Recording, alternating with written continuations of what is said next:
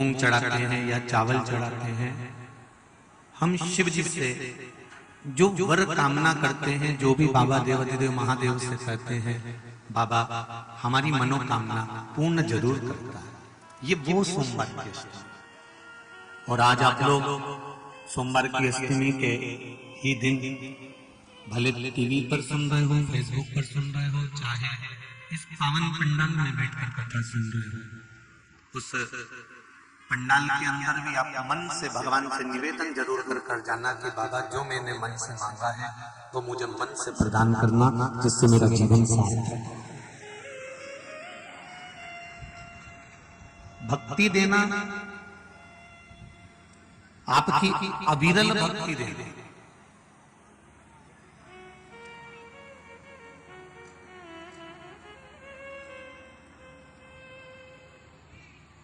साधारण भक्ति नहीं किया, आपकी अविरल भक्ति जो निरंतर चलती है।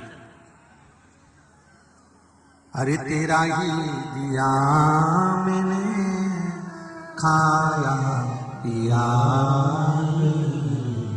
तेरा शुक्रिया, तेरा मुझे भोले बाबा ने बहुत दे दिया, तेरा शुक्रिया, तेरा शुक्रिया। हमें देवाधिदेव महादेव से जो मांगना है वो अविरल भक्ति मांगना, और भक्ति देना और ऐसी देना कि उस भक्ति में मेरा परिवार, मेरा घर, मेरा कुटुंब, मेरा जितना परिवार है वो सब आपकी भक्ति में डूबा रहा। अब जब तुमने शिव जी से भक्ति मांग ली, भक्ति मांग लेना मतलब शंकर जी को अपना बना लेना। अब शिव जब अपने हो गए तो फिर शंकर जी से कुछ मांगने की जरूरत पड़ेगी क्या? जब शिव हमारा हो जाएगा तो सब कुछ अपने आप अपना हो जाएगा, फिर कुछ मांगा नहीं। एक राजा ने अपने नगर में सूचना कर दी, कल सवेरे राजभवन का दरवाजा खुलेगा, जो जिस वस्तु को हाथ लगाएगा वो वस्तु उसकी हो जाएगी। सबने तैयारी कर ली। कोई कहता है मैं राजा के सिंहासन को छूऊंगा, कोई कहता है मैं राजा के घोड़े को छूऊंगा, कोई कहता है मैं रथ को छूऊंगा, कोई कहता है मैं राजमहल को छूऊंगा, कोई कहता है मैं राजा के हार को छूऊंगा, कोई कहता है मैं रतन माणिक मोती सोना चांदी हीरा पन्ना पीतांबर अंबर इसको छूऊंगा। सब छूने के लिए तैयार थे। दरवाजे पर भारी भीड़ पड़ी हुई थी। दरवाजा खोला गया। जैसे ही दरवाजा खोला गया पूरे के पूरे नगर के लोग अंदर आ गए। जिसने जो जो चीज पकड़ ली, छू ली, राजा ने वो चीज उसको दे दी, सब कुछ प्रदान कर दिया। आखिरी में एक छोटी सी कन्या लड़की चलते चलते चलते चलते चलते राजा के सिंहासन पर चढ़ गई, और सिंहासन पर चढ़कर उसने राजा को छू लिया। राजा कहता है बेटी इतने सारे साज पड़े हुए हैं, सोना चांदी हीरा पन्ना अंबर पीतांबर गाड़ी बंगला, तुम उसको छू लो तुम्हें मिल जाएगा। तो इतने में वो कन्या ने कहा महाराज अगर ये वस्तुओं को छूंगी तो ये कितने दिन चलने वाली है, अगर मैंने आपको छू लिया और राजा ही मेरा हो गया तो ये सारा सामान तो मेरा अपने आप हो जाएगा, इसलिए मुझे दूसरी वस्तुओं को छूने की जरूरत नहीं है, इसलिए मुझे दूसरी कोई चीजों को छूना नहीं है, मुझे तो आपको छूना है। उसमें मेरी आनंद की अनुभूति हो जाए। तेरा ही दिया मैंने, खाया पिया तेरा शुक्रिया, तेरा शुक्रिया, मुझे भोले बाबा ने बहुत दे दिया, तेरा शुक्रिया, तेरा शुक्रिया। हमें उससे कुछ ऐसा मांग लेना है जिससे परमात्मा हमारा हो जाए और हम परमात्मा का हो जाए।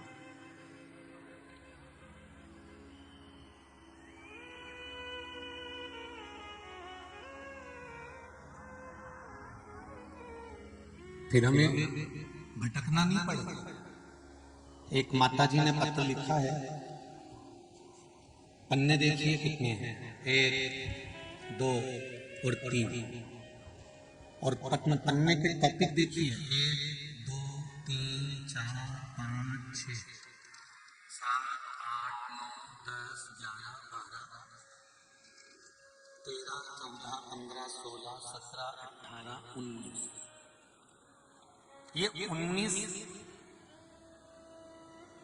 सावित्री देवी हरि बाबू संतोरे पिपरिया से कहीं बैठे हैं। हरि बाबू जी, सावित्री देवी जी कहीं बैठी हैं, हरि बाबू जी कहीं बैठे हो तो जरा हाथ हिलाइए। अच्छा, वो उधर बैठे हैं क्या? हाँ, एक बार अच्छे से हिला दीजिए।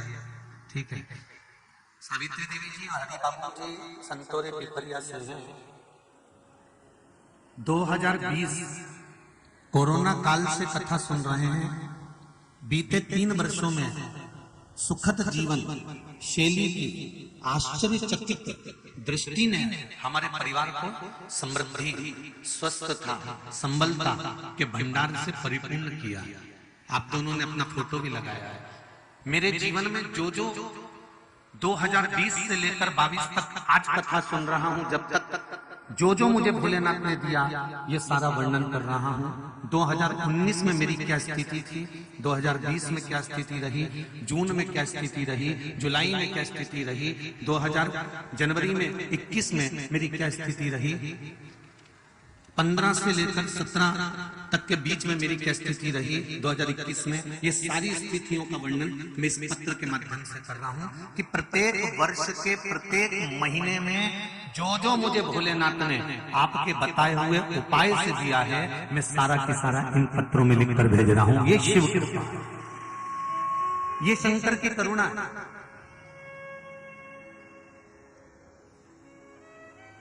ये शिव की उदारता। एक बहन ने लिखा है, देखो,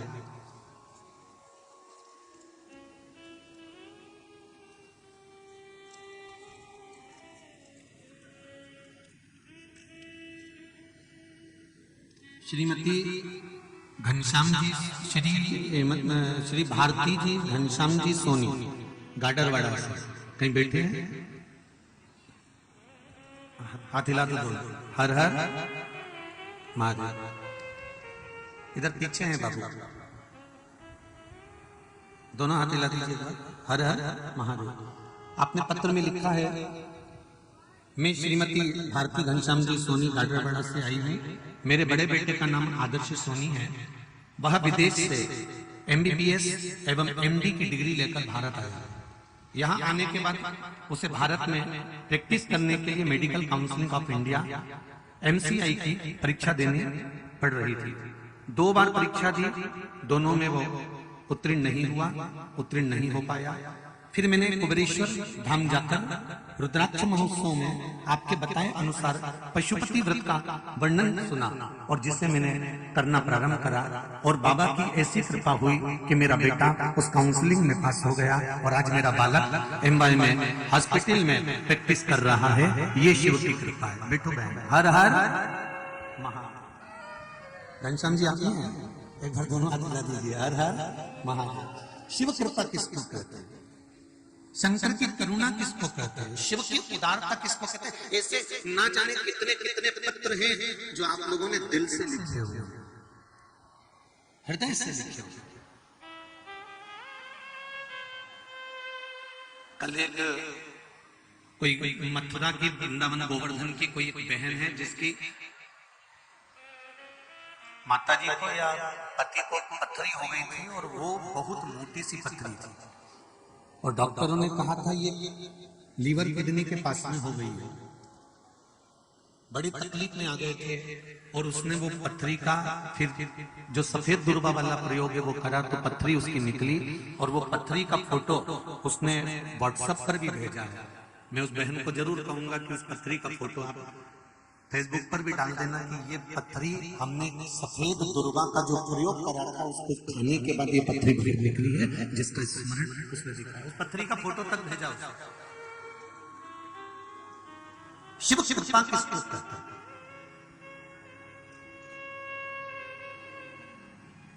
हम दुनिया की वस्तु भगवान से मांगे, हम दुनिया का सामान भगवान से मांगे, मना नहीं है।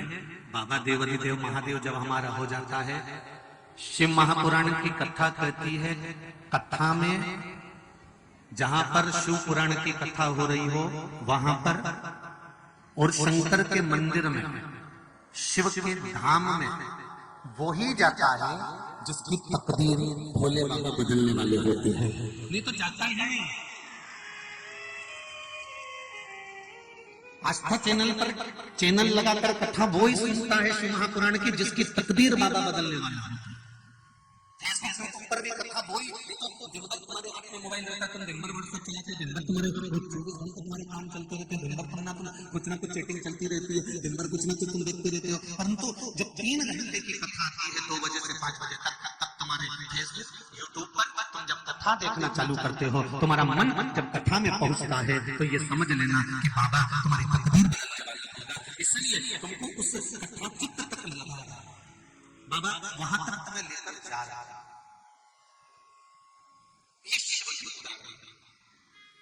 ये मेरे ओघर नानी की कृपा। एक तेरे ही भरोसे बाबा, तेरे ही भरोसे हवा बिच उड़ती जावांगी बाबा, डोर हथों छड़ी ना मैं कटी जावांगी। भोले मैं तेरी पतंग, ओ शंभो मैं तेरी पतंग, हवा बिच उड़ती जावांगी बाबा, डोर हथों छड़ी ना मैं कटी जावांगी। बाबा से निवेदन कि हमें शिव तत्व तक पहुंचना, हमें भगवान शंकर तक पहुंचना। समस्या बहुत है, मनुष्य की देह मानव का शरीर है, दुख बहुत है। ऐसा संसार में कौन जन्मा जिसको दुख नहीं आया?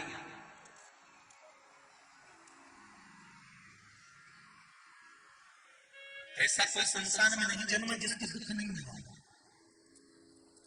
ऐसा कोई संसार में पैदा नहीं हुआ, जन्मा नहीं जिसको तकलीफ नहीं आई, जिसको जिंदगी में कष्ट नहीं मिला, जिसको जीवन में कष्ट प्राप्त नहीं हुआ।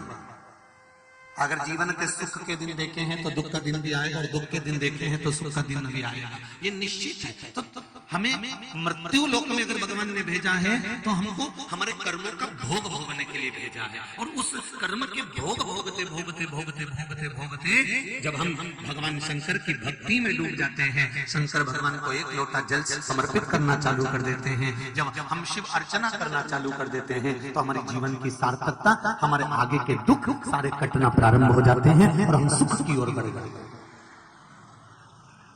हम आनंद की ओर बढ़ गए।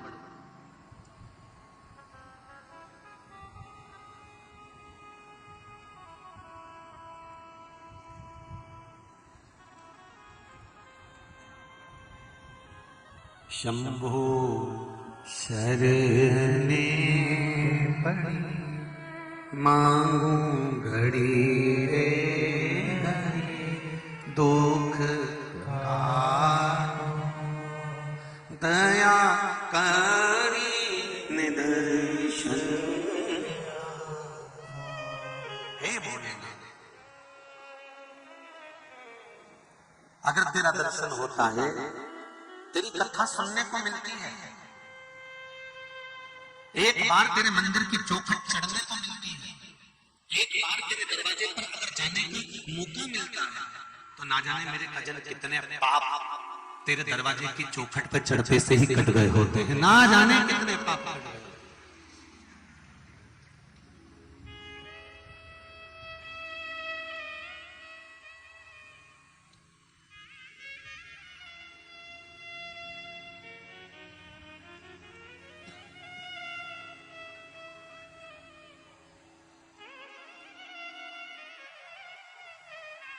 जिस समय पर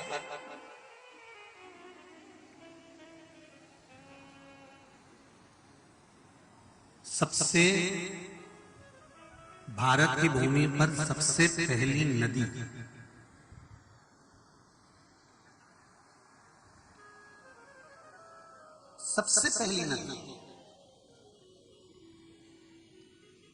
जिसका वर्णन वामन पुराण में, ब्रह्मवेत्ता पुराण में, पद्म पुराण में, गर्ग संहिता में,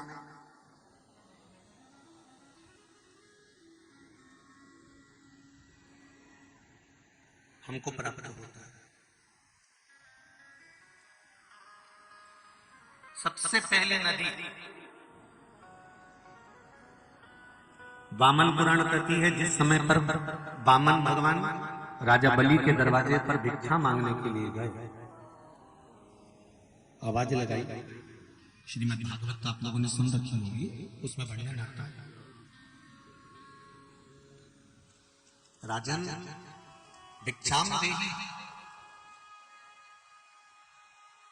राजन भिक्षाम देहि।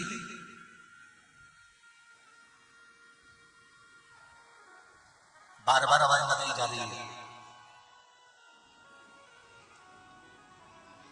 अच्छा जरा कितनी विचित्र बातें जरा देखिएगा। बैकुंठ नाथ, बैकुंठ अधिपति भगवान विष्णु, मेरे नारायण राजा बलि के दरवाजे पर भिक्षा मांग रहे हैं।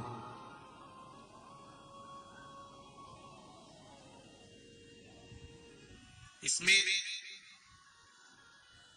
वामन भगवान ज्यादा किस्मत वाले हैं कि राजा बलि ज्यादा किस्मत वाले?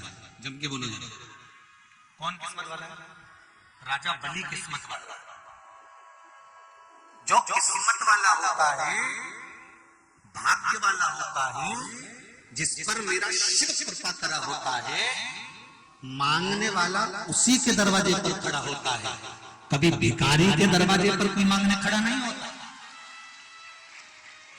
अगर तुम्हारे दरवाजे पर कोई मांगने आ रहा है, तुम्हारे दरवाजे पर कोई हाथ फैला रहा है, तुम्हारे दरवाजे पर कोई कटोरा लेकर आया है, तुम्हारे दरवाजे पर कोई भूखा आया है, तुम्हारे दरवाजे पर कोई पानी पीने आया है, तुम्हारे दरवाजे पर कोई छाया में बैठने आया है, तुम्हारे दरवाजे पर कोई कुछ कामना लेकर आया है, तो भगवान ने तुमको उस लायक बनाया है। तुम किस्मत वाले हो, तुम भाग्य वाले हो, इसलिए भगवान ने तुम्हारे दरवाजे पर किसी को मांगने भेजा है। नहीं तो कौन किसके दरवाजे पर जाता है? सब मांगने के लिए। तुम भाग्यशाली हो, किस्मत वाले हो, इसलिए तुम्हारे दरवाजे पर कोई आया।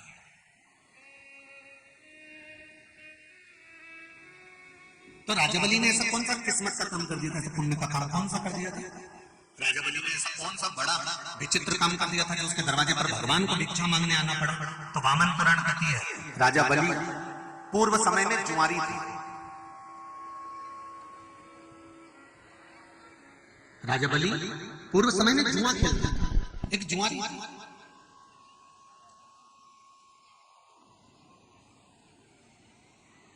जो जुए में लिप्त रहता था। अब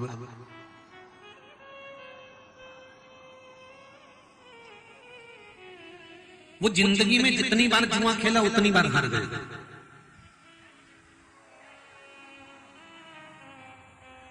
जितनी बार जुआ खेला है उतनी बार हारा। आज मित्र वो जुआ खेलने बैठे और इससे कहा जुए में क्या लगाएगा? ये कहता है मैं आता हूं जरा, और एक संत की कुटिया में प्रवेश कर गया। और संत की कुटिया में संत तो साधना में लीन थे, तप में लीन थे। संत का बिछा हुआ एक आसन, एक कमंडल,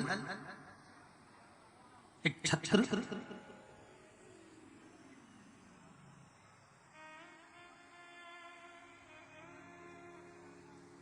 कुछ माला पड़ी उठा ला। और लाने के बाद उसने कहा मैं जुए में ये लगाता। अब जुआरियों को तो मालूम था कि ये हारेगा, तो जुआरियों ने क्या करा, जो चार मित्र मिलकर जुआ खेल रहे थे, उन्होंने अपनी पूरी की पूरी दौलत, पूरा की पूरा सामान आज जुए में लगा दिया।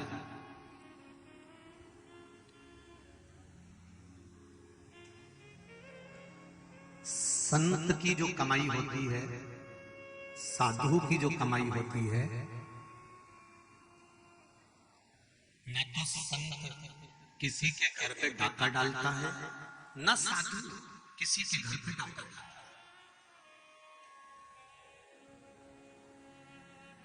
वो तो सत्संग करता है, भजन करता है, कीर्तन करता है, स्मरण करता है, मंत्र जाप करता है, नाम जाप करता है। जो उसको मिल गया, किसी ने कुछ दे दिया, उसके पास एकत्रित रहता है।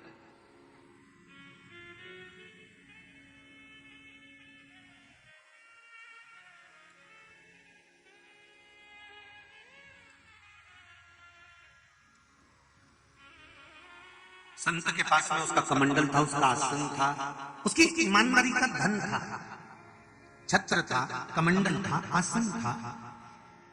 जुआरी चुपचाप से गया, संत लगे थे साधना में, सब सामान उठा कर ले आया और उसने जुए में लगा दिया। जुआरियों ने जुआ खेलना प्रारंभ करा, पूरी दौलत जुआरियों ने अपनी लगा दी। और आज भगवान की कृपा क्या हुई, इसने छाता लगाया, कमंडल लगाया, आसन लगाया और आज जुआरी सब जीत गया। और जीत क्या गया, जितने जुआरियों ने अपने अपना घर परिवार दौलत धन वैभव लगाया था वो भी इसका हो गया। और जब ये करोड़पति बन गया, धनपति बन गया, सत्तापति बन गया, बहुत पैसा आ गया, बहुत वैभव बन गया, तो इसके मित्र बन गए, बहुत सारे मित्र। कहीं वैश्या इसकी मित्र बन गई, कहीं मदिरापान में लग गया, कहीं जुए में लग गया। आपको पहले भी कथा में कहा, जिसके पास में धन बढ़ता चले जाता है, सत्ता बढ़ती चली जाती है, वैभव बढ़ता चले जाता है, उसके तीन मित्र बन जाते हैं। पहला ताली प्रशंसा करने वाले, दूसरा ताली होटल में खिलाने वाले, तीसरा प्याली मैं खाने में ले जाकर पिलाने वाले। ये तीन मित्र बढ़ जाते हैं। और वही मित्र इस जुआरी के भी बढ़ गए। एक वेश्या के साथ इसका संग जुड़ गया और वेश्या के साथ संग जुड़ गया। वेश्या ने एक दिन इससे कहा, सुनो कल आओ तो मेरे लिए गजरा और बीड़ा लेकर आना पान का।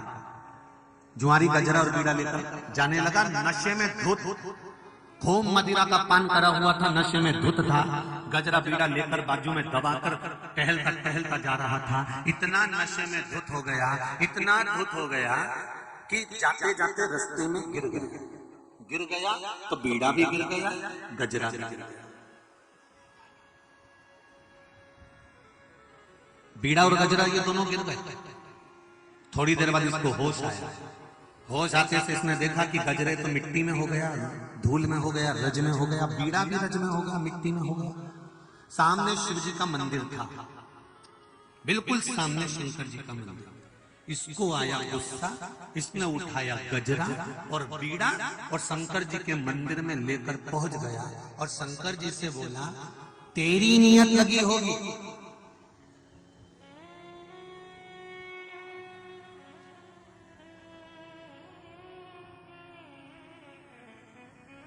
इसलिए मेरे ये बीड़ा और गजरा मिट्टी में गिर गया, ले तू खा ले। और शंकर जी के ऊपर उसने फेंक दिया। अब शिव तो बोले चले गए। जुआरी गया, 3 महीने के बाद इस जुआरी का एक्सीडेंट हो गया, मर गया। मरने के बाद ऊपर गया। यमराज ने पूछा चित्रगुप्त महाराज से, जरा देखो इसके पाप और पुण्य कितने हैं। चित्रगुप्त महाराज ने कहा, इसने जीवन में कोई पुण्य नहीं करा, पापी पाप करा, खूब जुआ खेला, दुनिया के काम कर दिए, संत के घर की चोरी कर लाया, सारा बेकार से बेकार काम करा, इसने कोई पुण्य का कार्य नहीं किया।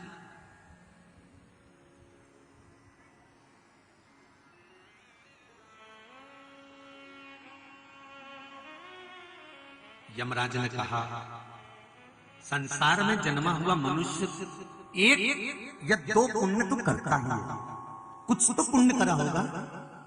चित्रगुप्त महाराज ने कहा, इसने एक पुण्य करा, वेश्या के लिए जो गजरा और बीड़ा लेकर जा रहा था, वो गजरा और बीड़ा इसने शंकर जी के मंदिर में शिव जी के ऊपर फेंक दिया। दिया नहीं है, शंकर जी को फेंका। यमराज ने कह दिया, भले फेंका, फेंकने को तो नल्ली में फेंक सकता था, गटर में फेंक सकता था, पर उसने शंकर जी के तो फेंका।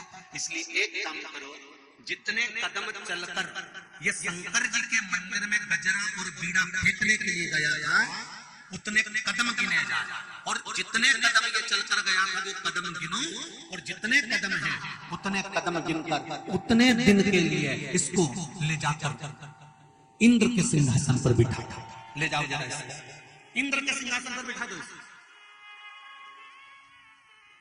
कदम गिने, 12 कदम चलकर ये शंकर जी के मंदिर पहुंचा था। मेरी जीजियों, मेरे भाई, ध्यान लगा लेना कि कितने कदम चलकर तुम शंकर जी के दरवाजे तक जा रहे हो, तुम्हारे वो कदम की गिनती मेरे भोलेनाथ के पास मिलेगी। कितने कदम चलकर तुम कथा में आ रहे हो, कितने कदम चलकर तुम कथा के पंडाल में पहुंच रहे हो, कितने कदम चलकर तुम परमात्मा का स्मरण कर रहे हो, कितने कदम चलकर तुम भगवान की भक्ति कर रहे हो, कितनी देर बैठकर तुम भगवान का स्मरण कर रहे हो, कितनी देर बैठकर तुम आस्था चैनल पर कथा सुन रहे हो, कितनी देर बैठकर मोबाइल को पकड़कर तुम शंकर का गुणगान कर रहे हो फेसबुक और यूट्यूब पर। इसका अंदाजा लगाकर रखना कि मैंने इतने घंटे, इतनी घड़ी, इतना पल, इतना क्षण मैंने भगवान का भजन करा। वो हिसाब तुमको ऊपर मिलेगा। 12 कदम चले थे, 12 घड़ी के लिए इंद्र का सिंहासन दे दो। 12 घड़ी के लिए इंद्र को उठा दिया, सिंहासन पर जुआरी को बिठा दिया।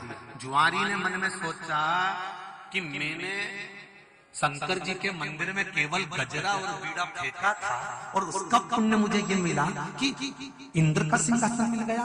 12 घड़ी मिली है ना, इस 12 घड़ी में तो मैं इतना दान कर दूंगा कि छोड़ूंगा ही नहीं। और इंद्र के सिंहासन पर बैठते सी ताली बजाई, अप्सरा आई दान कर दी, ऐरावत आया दान कर दिया, सोना चांदी हीरा पन्ना जिस सिंहासन पर बैठे थे इंद्र का वो भी दान कर दिया, जिस कपड़े को पहने थे वो भी दान कर दिया, सारी दुनिया का सामान पूरे इंद्र के पास में जितना राजसी ठाठ था सब दान कर दिया। और दान करने के बाद 12 घड़ी पूरी हुई, इंद्र आकर अपनी कुर्सी पर बैठने लगा। तो जैसे कुर्सी पर बैठा, बैठते से उसने ताली बजाई, ना अप्सरा आई, ताली बजाई, ऐरावत भी नहीं आया, फिर उसने ताली बजाई, कोई सेवा करने वाला नहीं आया। इंद्र ने पूछा ये क्या हो गया, तो द्वारपालों ने कहा जो पहले इंद्र बनकर बैठा था उसने सब लुटा दिया, सब दे दिया। इंद्र को क्रोध आया, रोते रोते भगवान विष्णु के पास गए, नारायण नारायण नारायण। भगवान ने पूछा क्या हुआ, अरे ना जाने किसको, ना जाने कौन जुआरी सिंहासन पर बिठा दिया था, 12 घड़ी के लिए बैठा था, सब बर्बाद कर दिया, सब बर्बाद कर दिया, उसने सब लुटा दिया।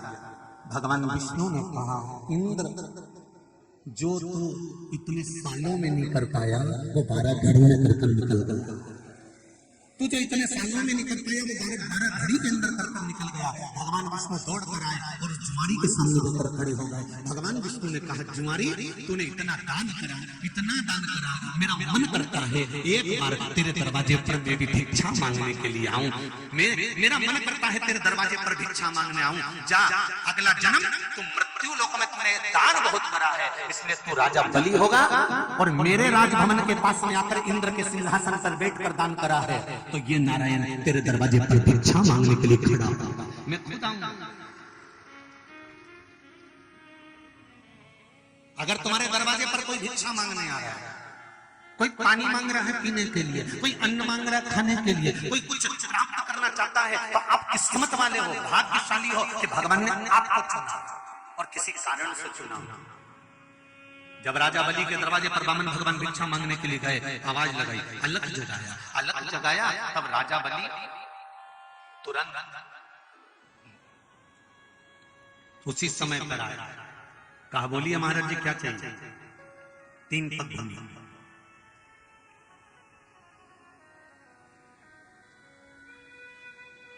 3 पग भूमि,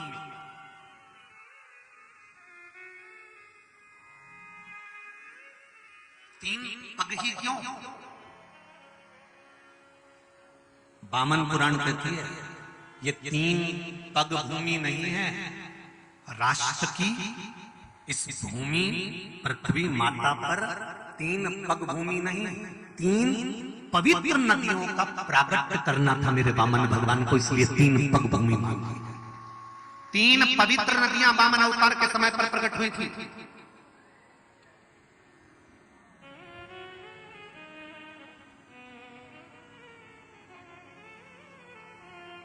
राजन भिक्षाम दे, क्या चाहिए महाराज जी? 3 पग भूमि। राजा बलि ने कहा 3 पग भूमि में तो तुम सही से सो नहीं सकते, बैठ नहीं सकते, 3 पग भूमि में गाय नहीं बांध सकते, 3 पग भूमि का तुम करोगे क्या? वामन भगवान ने कहा तेरा काम है देना, मेरा काम है लेना, ये नहीं सोचना कि मैं करूंगा क्या।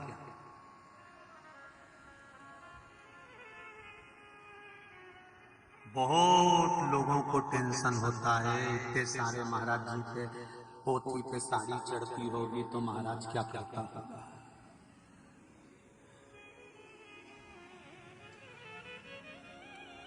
महाराज जी के पास इतने सारे शॉल आते होंगे तो महाराज जी क्या करते हो?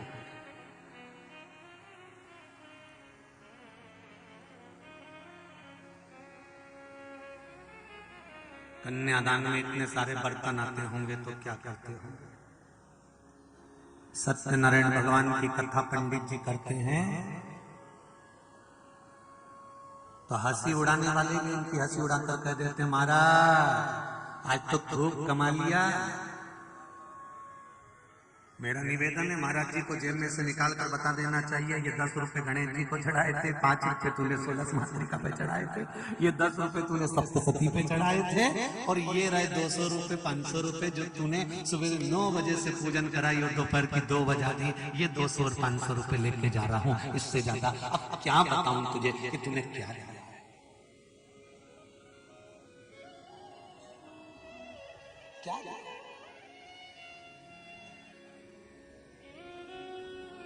क्या करोगे 3 पग भूमि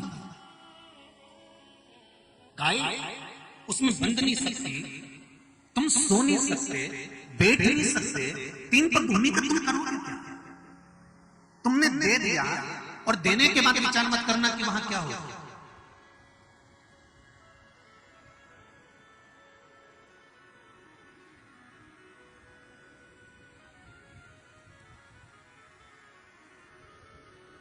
अब राजा बलि ने कहा कि आप मांग लो 3 पग हम देने को तैयार। तो इतने में राजा बलि बोला काम करो महाराज मैं अपने पांव से नाप दूं क्या, क्योंकि तुम तो इतने से छोटे से, छत्र भी छोटा तुम भी छोटे, 84 या अंगूठे को 84 अंगुष्ठ के बराबर वामन भगवान का स्वरूप था, मात्र 84 अंगूठे के बराबर।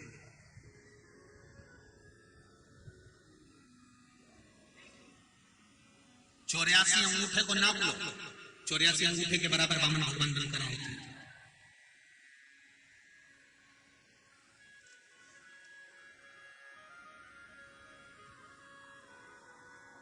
आप इतने छोटे हैं, आपके पांव भी छोटे हैं, मैं अपने पांव से नाप के दे दूं तो वामन भगवान मुस्कुरा के बोले तेरे पांव से नपाना होता तो यहाँ आया क्या,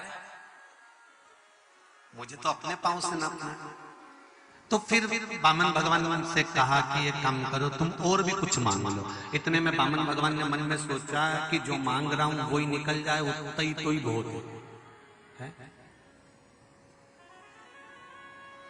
कहने वाले तो कह देते हैं बहुत दिल से, एक बार तुम बारात लेके तो आओ साहब, हम तो पूरी बारात संभाल लेंगे, पूरी बारात संभाल लेंगे, तुम आओ तो।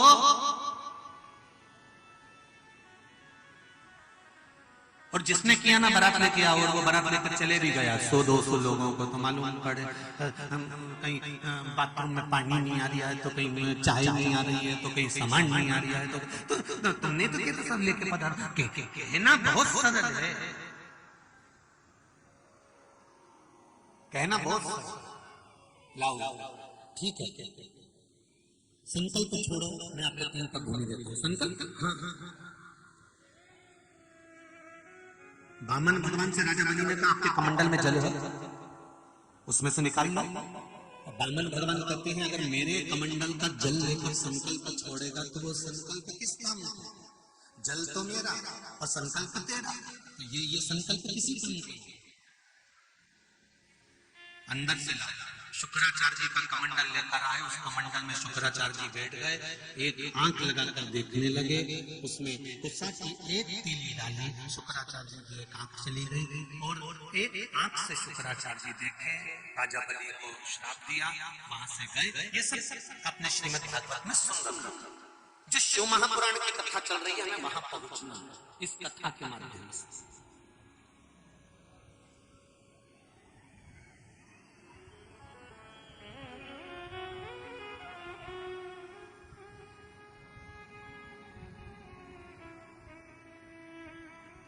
संकल्प लिया, नापो।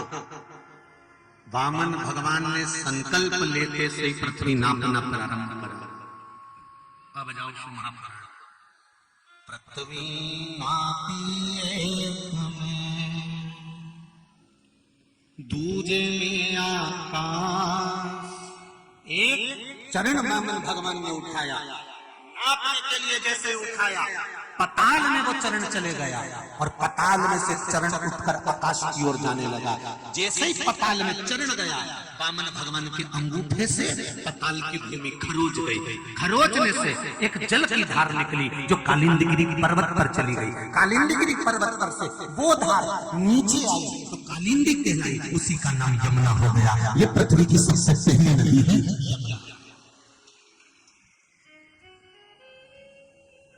पहली नदी कौन सी है? यम की बोला जाता है। यम प्रथमता में यमुना प्रकट हो गई। और भगवान ने जब दूसरा चरण उठाया, आकाश में चरण गया तो ब्रह्मा और ब्रह्माणी दोनों विराजमान थे। ब्रह्मा जी ने देखा भगवान का चरण आया, ब्रह्मा जी ने तुरंत अपने कमंडल में से जल लेकर भगवान के चरण को पखारा। भगवान के चरणों पर जैसे ही जल डाला तो वो जल पृथ्वी पर जाता। तो ब्रह्माणी बैठी पास में, ब्रह्माणी ने अपना कमंडल लगा लिया। उस कमंडल में ब्रह्मा जी के द्वारा धुलाए गए चरण का जल ब्रह्माणी ने अपने कमंडल में झेल लिया और ब्रह्माणी ने अपने पास रख लिया। ब्रह्माणी के कमंडल का नाम ब्रह्म रहस्य पुराण के अंतर्गत गंगाल है। क्या नाम है ब्रह्माणी के कमंडल का नाम? जम के बोलो जरा। गंगा। उस गंगाल में जल भरा गया। जब भागीरथ बाबा ने तप करा और गंगा जी को 60,000 राख के ढेर बने अपने काकाओं के उद्धार के लिए तप किया, तब भगवान विष्णु की आज्ञा हुई ब्रह्मा जी को। ब्रह्मा जी ने कहा आपकी धर्म पत्नी के कमंडल में मेरे चरण का जल रखा है, उस जल को नीचे भेजो। तब ब्रह्माणी ने गंगाल में से उसको छोड़ा जो ऊपर वेग से आ रहा था। शंकर जी ने जटा में झेला, झेलते ही वो गंगाल में से निकली, इसलिए दूसरी नदी प्रकट हो गई। जम के बोलो गंगा। कौन सी नदी है? अब आ जाओ तीसरी।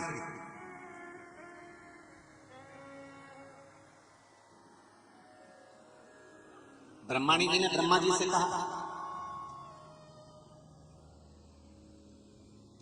वायु पुराण,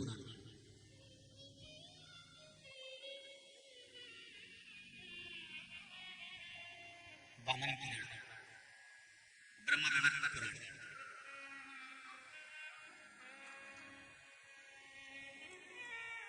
ब्रह्माणी ब्रह्मा जी से कह रहे हैं स्वामी आपका कमंडल खाली है, मैं कहीं से जल लाकर उसमें रख दूं? ब्रह्मा जी कहते हैं नहीं।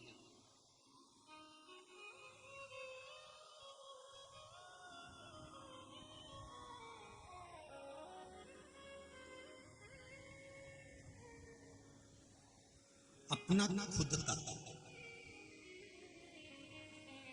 या किसी के माध्यम से दिया हुआ हम रखें तो श्रेष्ठ। एक बात आप लोगों को कही थी, किस किस के स्मरण में है वो बात कि दिवाली पर आपके घर का दीप आपके ओटले पर लगना चाहिए। जब आपके घर के दिए बच्चे पटाखे छोड़ते छोड़ते ठंडे हो जाते हैं, दिए उनकी बत्ती चली जाती है या तेल खत्म हो जाता है, तो बच्चे दूसरे के ओटले के दिए उठाकर अपने दरवाजे पर रख लेते हैं। किस किसने सुना था? जो हमने कही थी, सुनी थी ना सबने? उसका दोष बताया था। अगर 1 रुपया कमा रहा है, 100 रुपए खर्च हो रहा है, घर में पैसा नहीं दिख रहा है, घर में क्लेश बढ़ रहा है और घर में कर्जा बढ़ रहा है, तो उसका एक कारण हो सकता है ये लक्ष्मी शिव महापुराण की कथा में सीहोर सुंदरेश्वर धन से जब आती थी, यूट्यूब पे डली होगी, सुनना उसको। उसमें वर्णन किया था कि आपके घर के दिए दिवाली पर आपने लगाए, धनतेरस पर आप लगाए, रूप चौदस पे लगाए, भाई दूज पे लगाए, आपने दिए लगाए, घर के ओटले पर बच्चों ने पटाखा फोड़ा, आतिशबाजी करी, दिया ठंडा हो गया, दिया की बत्ती खत्म हो गई, तेल खत्म हो गया। बच्चे क्या करते हैं? दूसरे के ओटले पर से, छोटे छोटे तो है, उनको मालूम तो है, छोटे छोटे बच्चे दूसरे के ओटले पर जाते हैं, मित्र के साथ पटाखा फोड़ने जाते हैं और उसके ओटले का दिया उठाकर अपने ओटले पर रख लेते हैं, जिससे साल भर लक्ष्मी टिकती नहीं है और कर्जा बढ़ते चले जाता है, धन दिखता नहीं है और अव्यवस्था होने लगती है। उसका कारण हमें पकड़ना है।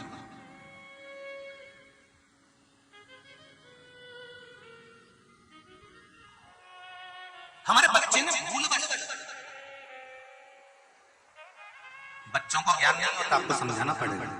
हमारे बच्चों ने भूल के वश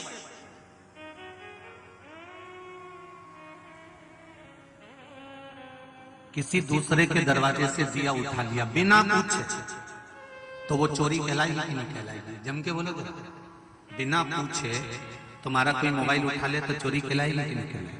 बिना पूछे तुम्हारा कोई बैग उठा ले चोरी कहलाएगी कि नहीं कहलाएगी? बिना पूछे।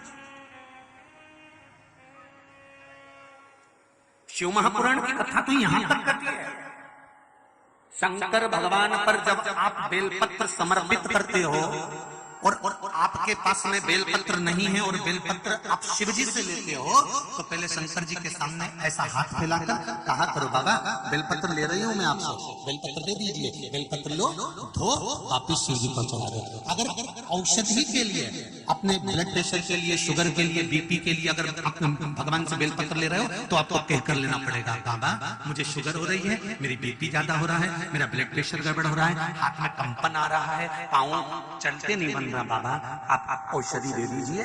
बाबा से कहकर शंकर जी की बेलपत्र फिर उठाइए और उनसे कहकर आपकी बेलपत्र खा रही हूँ, मुझे विश्वास है आपने औषधि कर दी होगी, फिर चबाकर खा लीजिए तो अमृत हो जाएगा। लिखा किसी ने, देखिए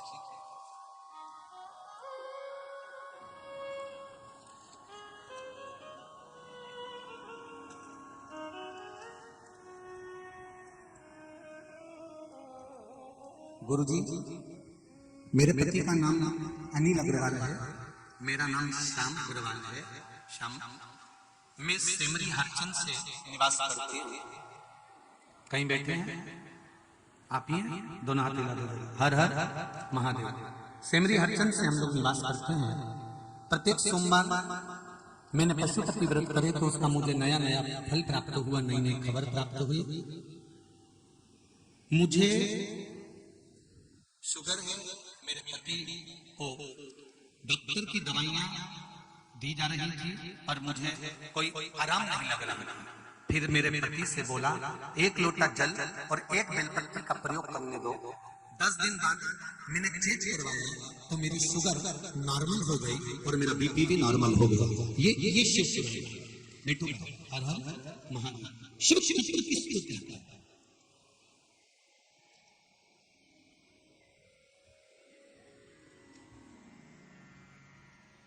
आप उससे मांगो, वो देगा।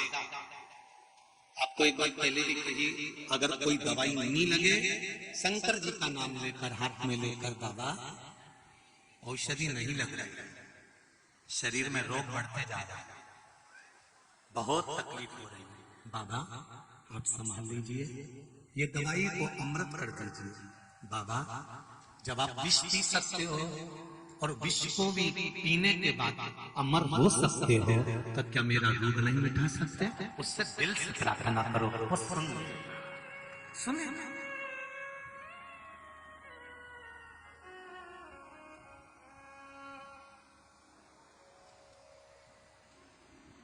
बहुत पत्र हैं जिसमें आप लोगों ने लिखा है कि किडनी और लीवर पर गड़बड़ हो गए थे। देखिए देखिए जरा पत्र।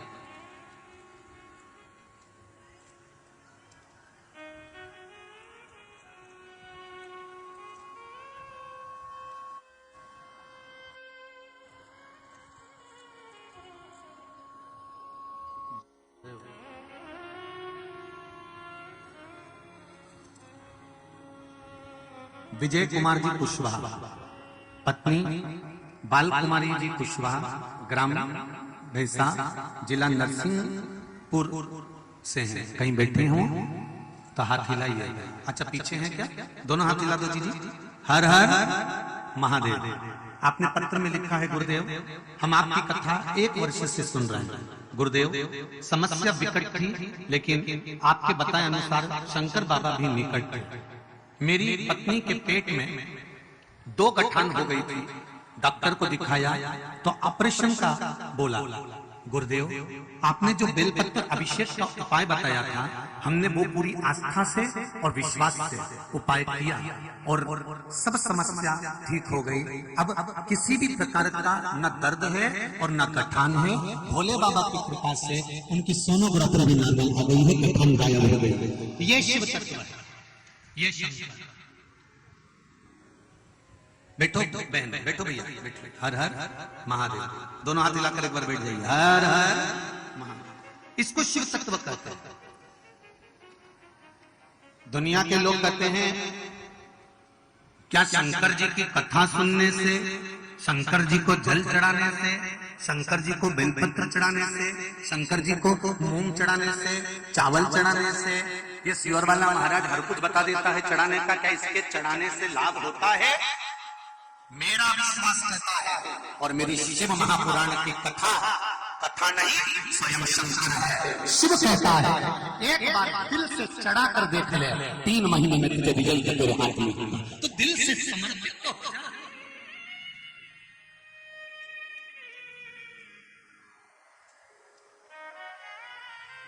पर दिल से होना पड़ेगा। एक छोटे से बच्चे को भी कोई दिल से नहीं खिलाता ना, तो बच्चा रोता है। तुम्हारी गोद में आता ही नहीं।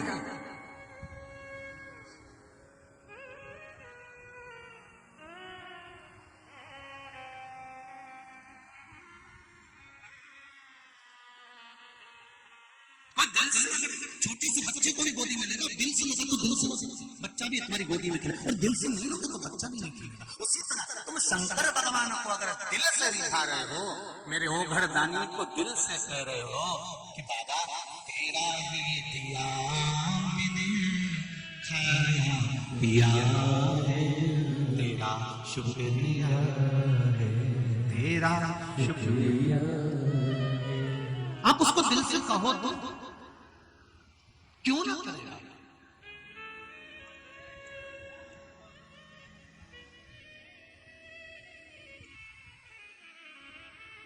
क्यों बढ़ रहा कर्जा? क्यों व्यापार नहीं चल रहा? क्यों घर में क्लेश हो रहा है? कहीं दिवाली पे बच्चों ने पड़ोसी के घर का दिया उठाकर अपने दरवाजे पर चुपचाप से तो नहीं रख लिया? लक्ष्मी आने को तैयार बैठी थी, कार्य सिद्ध करने को तैयार बैठी थी, पर दरवाजे पर तुमने रंगोली भी डाली, चौक भी पूरा, तोरण भी लगाया, लाइट भी लगाई, पर लक्ष्मी जी कह रही है कि दूसरे के घर का चोरी का दिया तेरे दरवाजे पर मिला, तो मैं कैसे प्रवेश करूं? तू बता, मैं कैसे आऊं? एक बात कहें जी और मेरे भाई, बहुत ध्यान से सुनना।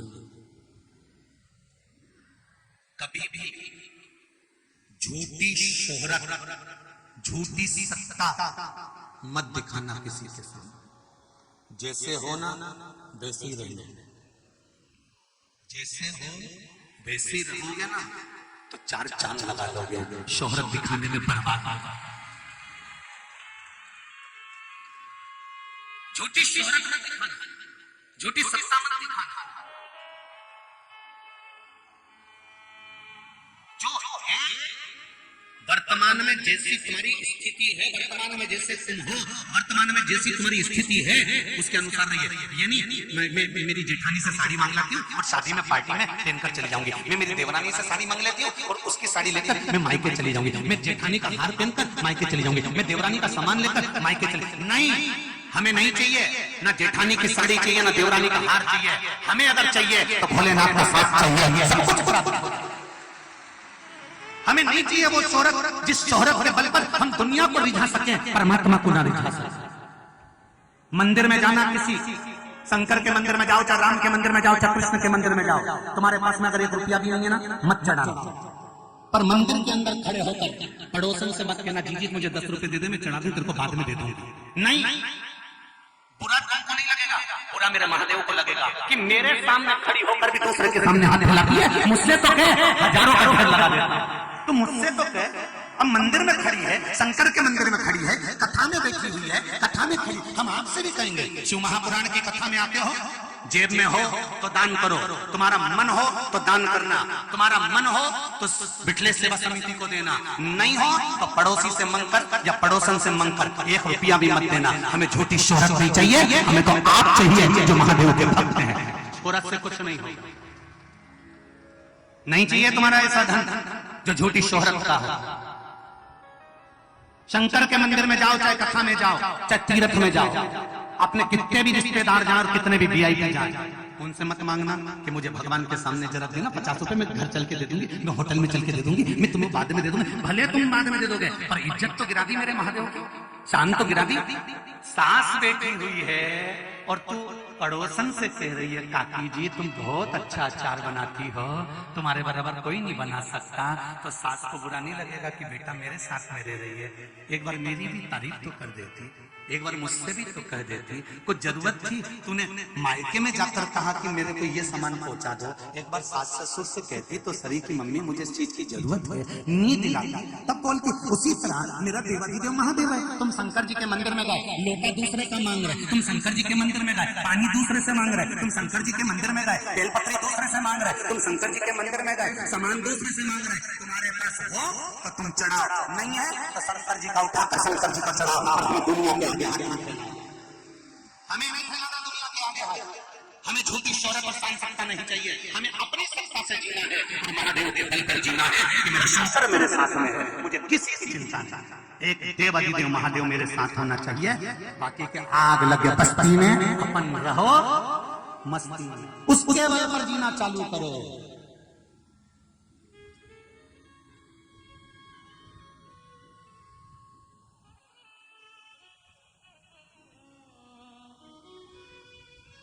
उसके बल पर अब तो नहीं मांगोगे किसी के आगे, जम के बोलो। कभी भी मेरे देवाधिदेव महादेव के मंदिर जाना, तुम दूसरे किसी महाराज के यहाँ कथा में जाना, भले मांग कर चढ़ा देना, पर जी मैं हाथ जोड़कर कहता हूँ, इस व्यासपीठ के सामने कहता हूँ कि इस व्यासपीठ के सामने तुम्हारे पास हो और मन हो तो देना, पड़ोसन से मांगकर मत समर्पित करना, नहीं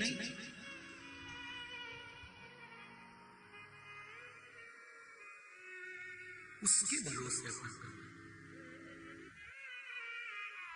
मैंने तेरे ही भरोसे ओ बाबा तेरे ही भरोसे हवा बिच उड़ती जवानी बाबा डोर हाथ तो छड़ी ना मैं कटती। हमें नहीं मांगना, हम किससे मांगेंगे? नहीं है ना 10 रुपया चढ़ाने के लिए, अभी बाद में चढ़ा देंगे, पर मांग कर नहीं चढ़ा। नहीं है ना लाल कलर की साड़ी, बाद में पहन लूंगी, पर मांग कर नहीं पहन।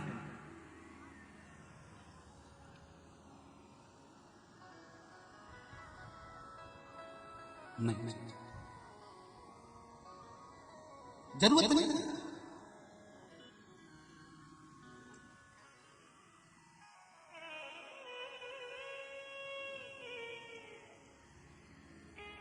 जब जीवन का एक सुख परमात्मा दे रहा है तो फिर हम क्यों जाए? क्यों? किस लिए हम किसी के आगे हाथ फैलाएं? झोली मेरी तंग है बाबा तेरे यहाँ कमी नहीं। गलती हमारी है, हम मंदिर में जाकर भी लोटा दूसरे का उठा लेते हैं। मंदिर में पड़ा हुआ लोटा उठा लिया, मंदिर का पानी भर लिया, चढ़ा दिया, वहां भी छोटे बन गए। भगवान सोच रहे हैं कि हमने दूसरे का उठा लिया, दूसरे का पानी भर के चढ़ा दिया और सोच रहे भगवान जीत जाएगा। एक दिया छोटे से बच्चे ने दूसरे के ओटले का लाकर रख दिया तो लक्ष्मी शिव महापुराण की कथा कहती है कि उसका भी दोष हो गया।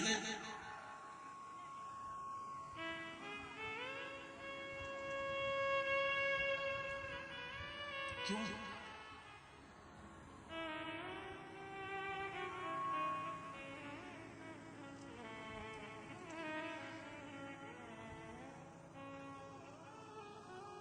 महाराज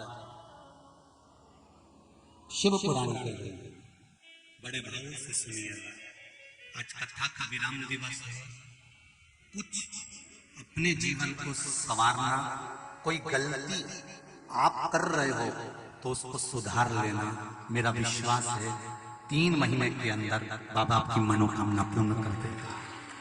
अपनी गलती को सुधारने के लिए शिव महापुराण की कथा होती है।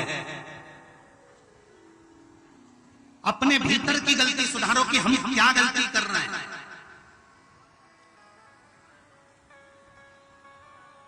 ब्रह्मा जी से ब्रह्माणी ने कहा मैं जल लेकर जाऊं, आपके कमंडल में डाल दूं?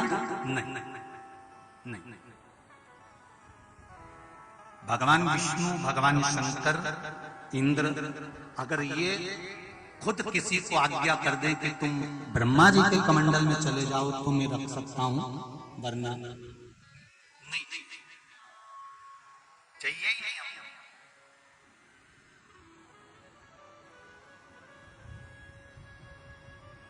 शिव जी से अगर बेलपत्र मांग रहे हो तो कहकर मांगना, औषधि दे दीजिए।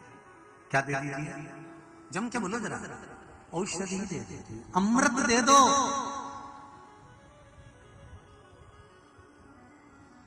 अरे सुनो मेरे देशवासियों, अच्छे से सुन लो।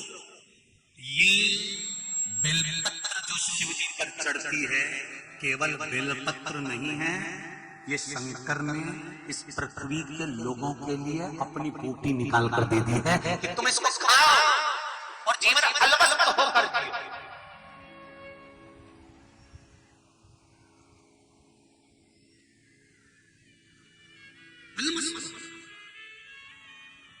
एक पत्र किसी ने भेजा बाहर से,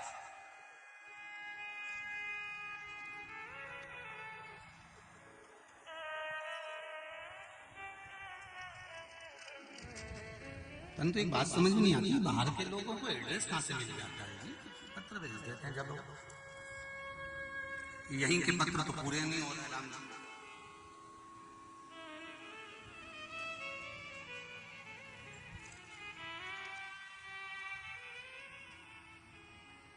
विनोद कुमार जी, दामना 133, श्री कृष्णा कॉलोनी, अंकपात मार्ग, उज्जैन से ये पत्र भेजा गया है। मोबाइल नंबर है, कोरियर द्वारा ये पत्र आया है, स्पीड पोस्ट द्वारा आया है। आपका पत्र दाइमा जी, अगर आप सुन रहे हैं कथा तो आपका पत्र प्राप्त हो गया।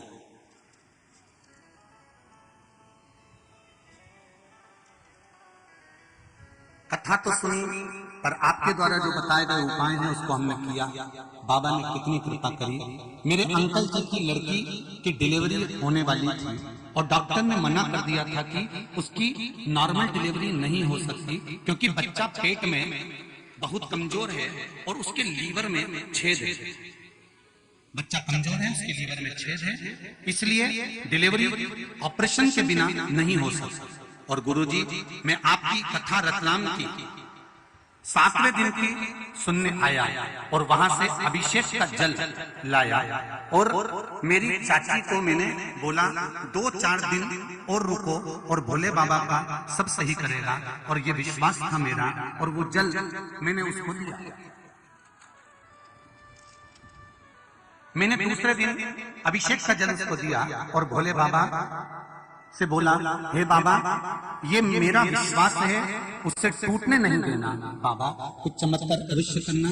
और बाबा ने चमत्कार ऐसा हुआ कि जिस दिन उसे जल पिलाया उसी दिन उसे हॉस्पिटल ले जाया गया और मैंने श्री शिवाय नमस्तुभ्यम का जाप किया और उसकी डिलीवरी हुई और बच्चा नॉर्मल हुआ और उसके कोई छेद नहीं है शरीर के अंतर्गत। ये डॉक्टर की कृपा, ये डॉक्टर ने वर्णन कर दिया। ये शिव की कृपा है, ये शंकर है, ओ घड़ी है, दयालु है, कृपालु है। उससे विनय करोगे तो सुख तो मिलेगा।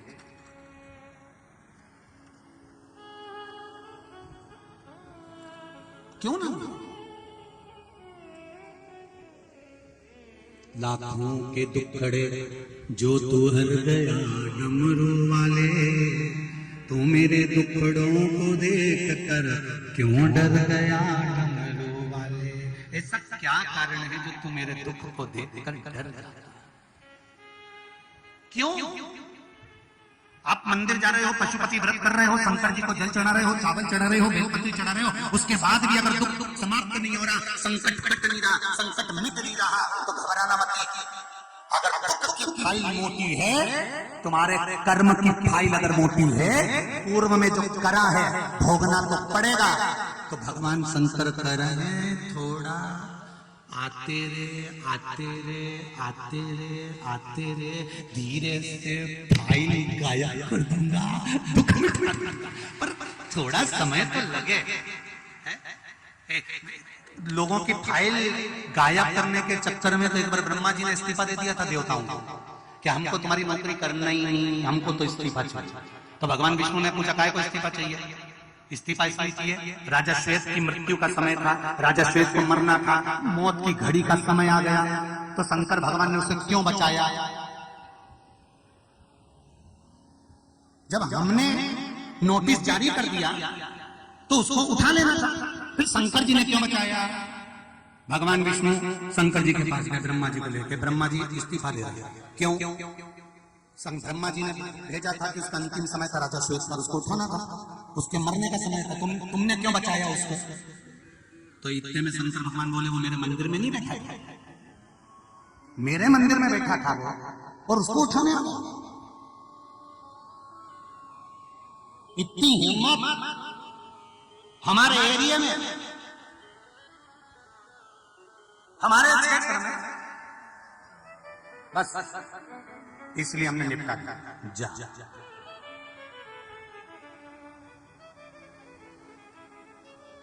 शंकर भगवान से तुरंत भगवान विष्णु बोले तो अब ब्रह्मा जी का क्या करें? शंकर भगवान बोले आप पीछे हटो, ब्रह्मा जी को आगे लाओ। ब्रह्मा जी को जो आगे लाए तो ब्रह्मा जी बोले मुझे तो ब्रह्माणी याद कर रही है चक्कर से, मैं अपनी ड्यूटी पे कल से वापस आ जाऊंगा, इस्तीफा केंद्र से। भगवान ब्रह्मा जी ने भगवान विष्णु से कहा शंकर जी से बोलो तो सही, हर कभी हमारे काम में अड़चन उत्पन्न करेंगे। शंकर भगवान बोले मैं किसी के काम में अड़चन उत्पन्न नहीं करूंगा, पर ब्रह्मा एक बात ध्यान लगाकर सुन लेना और यमराज तू भी सुन लेना, अगर कोई शंकर की आराधना कर रहा होगा, शिव की स्तुति कर रहा होगा, मृत्यु लोक में अगर किसी को उठाने आना है, किसी के प्राण लेने आओगे तो पृथ्वी पर आना पड़ेगा ना। ब्रह्मा ब्रह्म लोक के देवता, भगवान विष्णु वैकुंठ के देवता, शंकर भगवान अरे बोलो तो मृत्यु लोक के देवता। तुम्हारे घर में कोई तुम्हारे घर का फ्रिज उठा के ले जाए तुमसे बिना पूछे, बोलो तो जी हो सकता है? भाई लोग बोले कोई उठा ले, कूलर उठा ले, मिक्सर उठा के ले जाएगा, तुमसे पूछेगा क्या एलसीडी ले जाऊं, क्या फ्रिज ले जाऊं, क्या कूलर ले जाऊं, तुम कहोगे हाँ हाँ ले जा, तो ले जा सकता है, नहीं तो कोई ले जाएगा? तुम्हारे घर में बिना पूछे कोई तुम्हारा कूलर नहीं उठा सकता, तो शंकर जी के घर में शंकर जी से बिना पूछे किसी के प्राण कैसे ले सकते?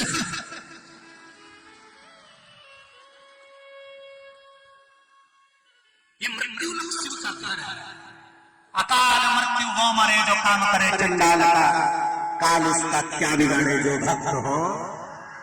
शंकर से बिना पूछे कौन लेकर जाएगा? अभी हरिद्वार कथा करने गए तो हम नीलकंठ दर्शन कर रहे थे, तुम्हें मालूम है? नीलकंठ दर्शन करके आ रहे थे, ड्राइवर का ध्यान हट गया, पहाड़ पे गाड़ी चढ़ गई, इधर गंगा जी इधर पहाड़, छोटा सा रास्ता, और मालूम पड़े गाड़ी चढ़ के पलट गई, बस एक पलटी खाई, दूसरी पलटी खाई, चारों चक्का ऊपर, शिवर वाला महाराज ने, और एक पलटी वो गाड़ी यूं डोली, वो जाती गंगा की खाई में।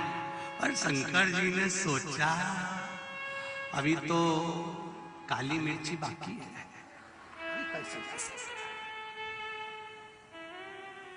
इतनी जल्दी जाके क्या करेगा? जाना तो सबको है, जो आया है वो जाएगा, चाहे बादाम खाओ तो भी जाओगे, नीम खाओ तो भी जाओगे, मेकअप करो तो भी जाओगे, नी करो तो भी जाओगे, जाना सबको है, चाहे श्योर वाला हो चाहे आप हो, कोई भी होगा, मिलेंगे। वही थोड़ा सा एरिया चेंज हो सकता है पर अपना नहीं।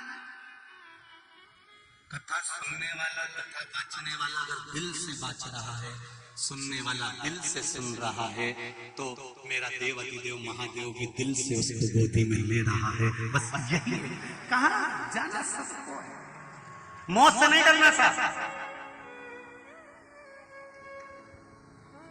दो से कभी मत डरना, एक उंगली उठाने वालों से जो तुम्हारे ऊपर लगाए, अपशब्द बोले, गालियां दे, ताने दे, बुराई करे और खूब कोसे, उतने तुम खुश होना। वारे भोलेनाथ, बड़ी कृपा करिए, इनको पैदा कर कर तूने मुझे यही साफ कर दिया, बड़ी कृपा।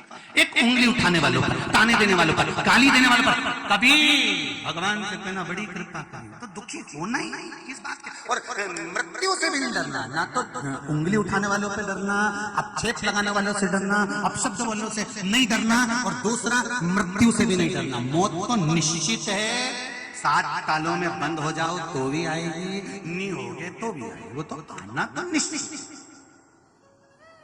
कब तक मौत से डर के जियोगे? मैं तो मौसम्बी का जूस नहीं पीती, मेरे को सर्दी हो जाती है, दूसरे का खून पी जाता है।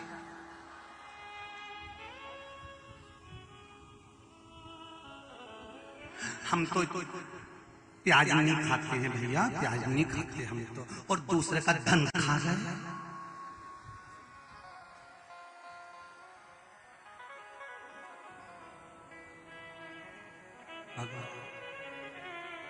इसीलिए सियोर वाला महाराज बहुत बुरा लोगों के लिए, जब देखो जब लोग, क्योंकि कथा कथा है, उसको समझो, अपनी जिंदगी में उतारो, अपने जीवन में उतारो। रामायण वही है, भागवत वही है, शिवपुराण वही है, उसको उतारो तो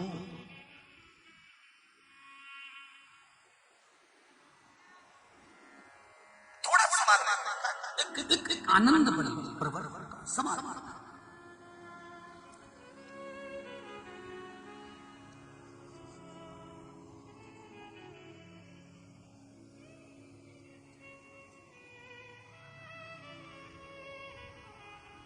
आनंद की अनुभूति हो, एक रस तत्व की अनुभूति हो, सुख की अनुभूति हो। महाराज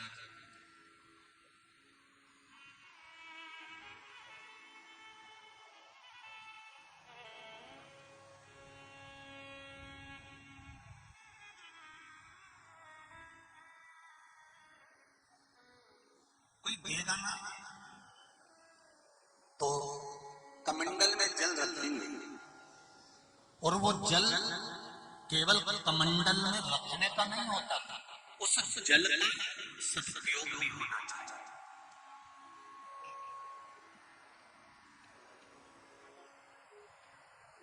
पहली नदी कौन सी प्रकट हुई है? जम के बोलो, यमुना। दूसरी नदी गंगा। तीसरी नदी प्रकट होने वाली है, कमंडल में मैं जल रखूंगा, पर जन्म हित के लिए रखूंगा, संपूर्ण विश्व कल्याण के लिए। सर्वे भवन्तु सुखी, कोई दुखी ना।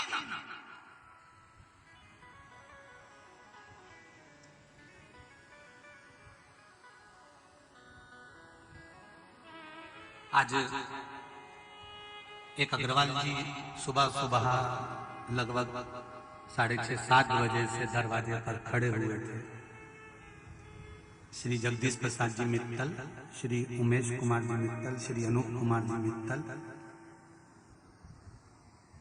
ये सेमरी हरचंद के सुबेरे से खड़े हुए थे, इंतजार कर रहे थे महाराज का दरवाजा खुले मिले। सुबह आशीष बाहर गए तो उन्होंने कहा मैं गुरुजी से बात करनी है। हमने कहा क्या बात करना है? बुलाओ। ठाकुर सेवा करी, बाबा का मंत्र जाप किया, बाहर आके बैठे तो मित्तल साहब कह रहे थे गुरुजी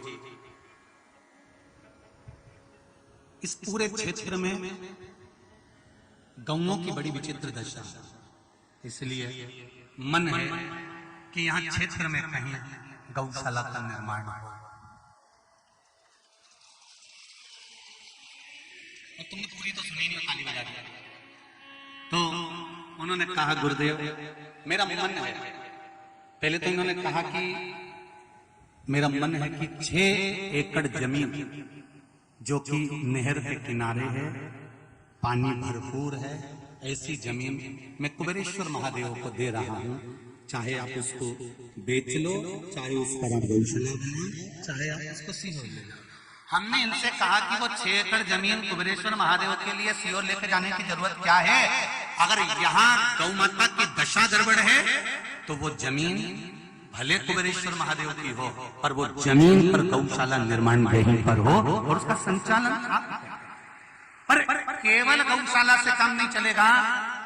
जब सवेरे शंकर जी के मंदिर गए, सिद्ध बाबा के मंदिर गए, तो वहां देखा था कि आदिवासी आदिवासी आदिवासी ढेर सारे घर पड़े हुए हैं, छोटे छोटे बच्चे हैं, आदिवासी परिवार ढेर सारे हैं, और लोग उन आदिवासियों को दूसरे धर्म के लोग अपने धर्म में जोड़ने के लिए लोग लालच प्रपंच दिखावा ढेर कर रहे हैं और उनको तोड़ रहे हैं। तो मेरा निवेदन है, गौशाला के लिए आप 6 एकड़ जमीन दे रहे हैं, मना नहीं है, पर निवेदन करूंगा कि वो आदिवासियों के लिए भी उस 6 एकड़ में से कम 2 एकड़ में ऐसा बनना चाहिए कि आदिवासी बच्चों की पढ़ाई हो जाए, उनके भोजन की व्यवस्था हो जाए, जब बड़े हो उनके विवाह की व्यवस्था हो जाए। तो बनाओ, तो निर्माण करो। तो अगर जगदीश जी, उमेश जी और अनूप कुमार जी मित्तल जी, आपको अगर ये बात राजी लगे तो मैं आमंत्रित कर रहा हूं आपको इस व्यासपीठ पर आइए और बाबा पर एक बेलपत्री चढ़ाकर आपकी 6 एकड़ भूमि कुबेर भंडारी को आप प्रदान करें गौशाला के लिए, और उसका संचालन बिटलेश सेवा समिति करे, मना नहीं है, पर बिटलेश सेवा समिति की एक शाखा पिपरिया, सुहागपुर, शोभापुर, सेमली हरचंद, बाबई और नर्मदापुरम, यहाँ का पूरा बेल्ट उस आदिवासी बच्चों की और गौशाला का पूरा संचालन आपको करना है, उसकी सदस्यता आपको लेना पड़ेगा। और एक मैं आमंत्रित कर रहा हूँ, पिपरिया से कोई अग्रवाल जी हैं, उन्होंने भक्तों को लाने के लिए पिपरिया से बसों को लगा दिया है, 5-6 रोज सुबह से शाम तक बस आना जाना कर रही है। मैं उन अग्रवाल जी को भी एक बार बुलाना चाहूंगा, बहुत बहुत साधुवाद देना चाहूंगा, बहुत बहुत साधुवाद महाराज। उन्होंने बसों की व्यवस्था लगा दी थी यहाँ भक्तों को आने के, और मुझे विश्वास है ये गौशाला का निर्माण, विश्वास है बिटलेश सेवा समिति तो आपके साथ में खड़ी है, पर पहला निर्माण इस गौशाला का, इस आदिवासी बच्चों की शिक्षा का, भोजन का, उसकी व्यवस्था पहली इसी पंडाल से चालू होना चाहिए, ये विश्वास के साथ करता है। एक माला एक बार जोरदार ताली बजाइए। सिंचित भूमि, पानी वाली भूमि, नर्मदा के तट की भूमि, नहर के किनारे की भूमि, 6 एकड़ भूमि बिटलेश सेवा समिति को गौशाला के लिए दे रहे हैं। गौशाला आपको बनाना है, चलाना आपको है। सीहोर वाला महाराज तो कभी कभी आएगा, हर हर महादेव बोलेगा और जाएगा। बहुत बहुत साधुवाद, बहुत बहुत धन्यवाद।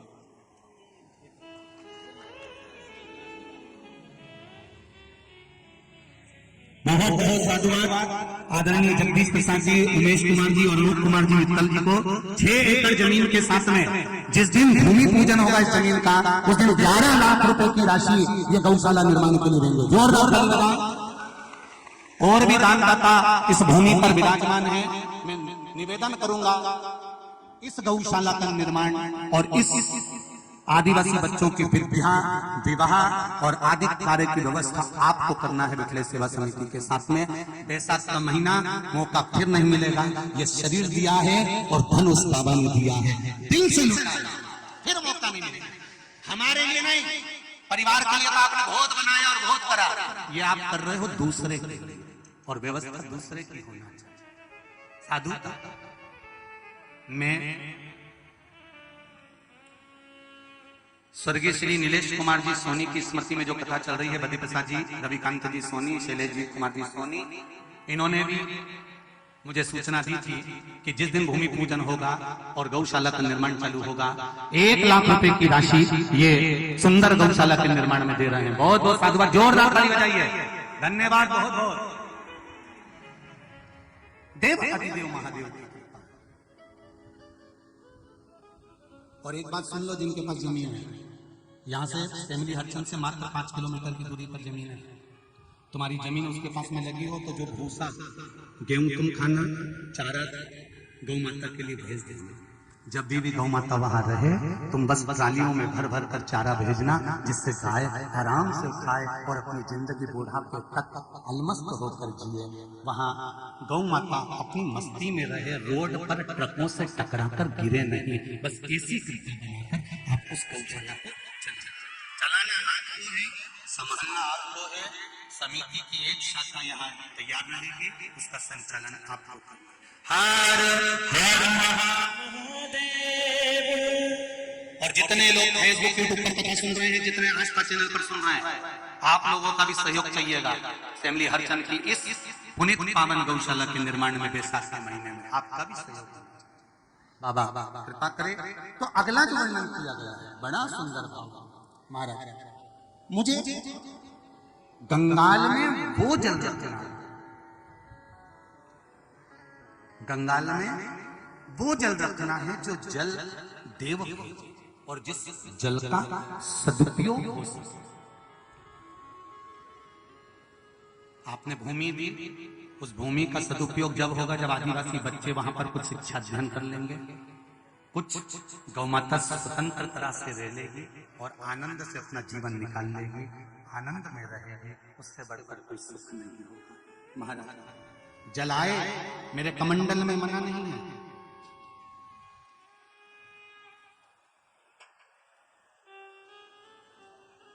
और जितने आस्था पर सुन रहे हैं, जितने फेसबुक यूट्यूब पर सुन रहे हैं कथा, जितने फैमिली हरचंद में सुन रहे हैं, सबसे निवेदन है, ये गौशाला कोई साधारण जगह पर नहीं है, सिद्धनाथ भोलेनाथ मंदिर है, जहां पर पताल में से गंगा बाहर निकलती रहती है 24 घंटे। उस पताल गंगा के पास मात्र 1.5 किलोमीटर की दूरी पर ये सुंदर गौशाला का निर्माण है। और जितने लोग हैं दर्शन करने के लिए कभी जब बन जाए तब एक बार जरूर आइए, जरूर। देव देव महादेव शिव कथा ओघरदानी, भगवान शंकर का पावन चरित्र। कमंडल खाली था, भगवान शंकर तप साधना में लगे, और जैसे ही अधिदेव महादेव तप साधना में लगे, शंकर भगवान के शरीर से पसीना बह निकला। उस पसीने ने स्त्री का रूप ले लिया, जिसको माता पार्वती ने सरिता कह दिया। क्या नाम हुआ इसका? जम के बोलो जरा। सरिता।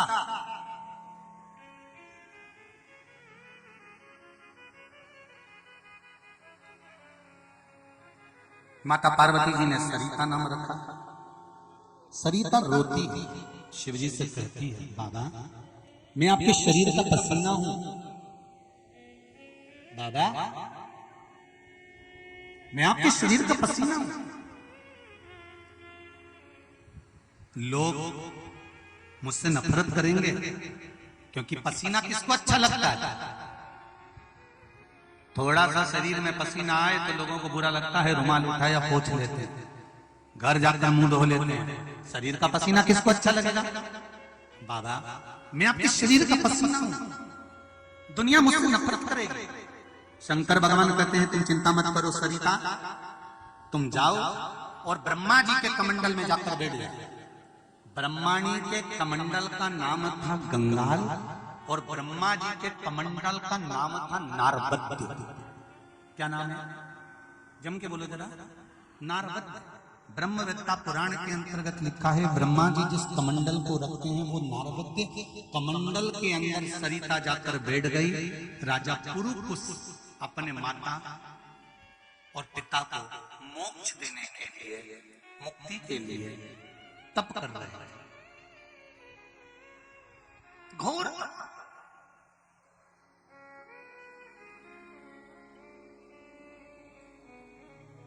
राजा पुरुकुस ने तप करना प्रारंभ करा। नर्मदा पुराण कह रही है, राजा पुरुकुस ने तप करना प्रारंभ करा, घोर तप। शिव की आराधना में लगे हुए, शिव की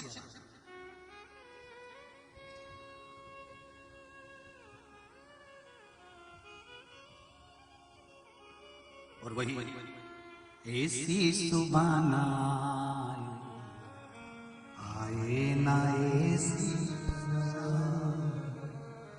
जिस दिन जुबा पे मेरे आए ना शिव ऐसी सुबाना आए ना ऐसी शाम। आज सोमवार की अष्टमी है। सभी लोग 5 बार स्थान पर बैठकर श्री शिवाय नमस्तुभ्यं का जाप करेंगे। अपने दिल की कामना देवाधिदेव महादेव से कहेंगे कि बाबा मेरी यह कामना है आप पूरी करिएगा। आज सोमवार की अष्टमी है और मैं शिव महापुराण की कथा आस्था चैनल पर फेसबुक यूट्यूब पर और पंडाल में बैठकर श्रवण कर रहा हूँ। मेरी कामना आपको पूर्ण करना है। सब लोग बोलेंगे प्रेम से, दिल से, बाबा से। पहले अपनी कामना कर लो, फिर बाबा से कहिए बड़े आनंद के साथ में, हे देवाधिदेव महादेव, हे शंभु, हे त्रिकालदर्शी, हे कैलाशी, हे अविनाशी, हे मेरे शिव, आप करुणा करने वाले हैं, आप उदार हैं, आप दातार हैं।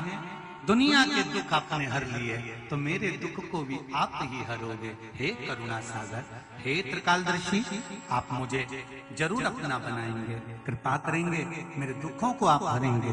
श्री शिवाय नमस्तुभ्यं, श्री शिवाय नमस्तुभ्यं, श्री शिवाय नमस्तुभ्यं, श्री शिवाय नमस्तुभ्यं, श्री शिवाय नमस्तुभ्यं।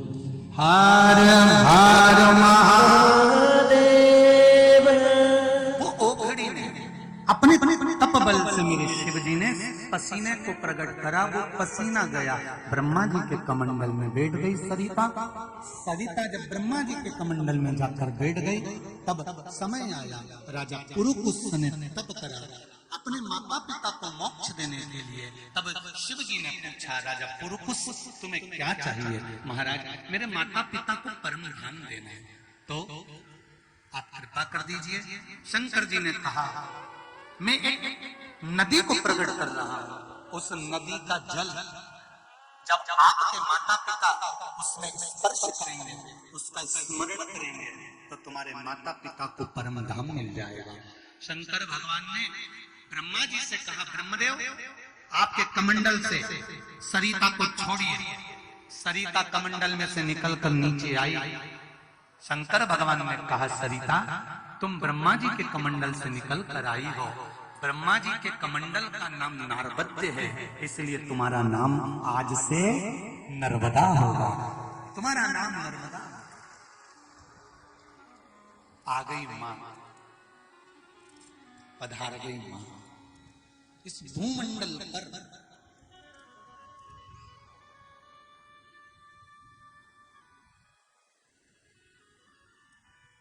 इस भूमंडल पर गहरे नर्मदान गहरो साधारण नहीं है। बहुत सरिता कहने लगी, नर्मदा जी कहने लगी, बाबा दुनिया के लोग मुझसे नफरत करेंगे, मैं आपके शरीर का पसीना हूं। शंकर भगवान कहते हैं, सुन नर्मदा, तेरे आने से मुझे प्रसन्नता मिली है, तेरे आने से मेरे हृदय को आनंद मिला, तेरे आने से मुझे खुशी मिली है। नर्मदा, संसार के लोगों को, मृत्यु लोक वासियों को मात्र तेरा दर्शन ही प्रसन्नता प्रदान कर देगा।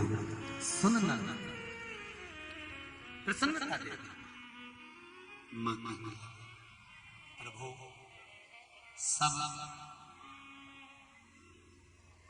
मुझे क्या क्या कहेंगे? शिव जी कहते हैं, सुन नर्मदा, सुन ले नर्मदा, यमुना का पान, जो 3 नदियां प्रकट हुई है उसका वर्णन सुन लीजिए। यमुना का पान गंगा का स्नान और नर्मदा का केवल दर्शन प्रदान कर दे, केवल मुक्ति, केवल मात्र दर्शन करने वाला भी नर्मदा का मोक्ष पा जाए, केवल दर्शन।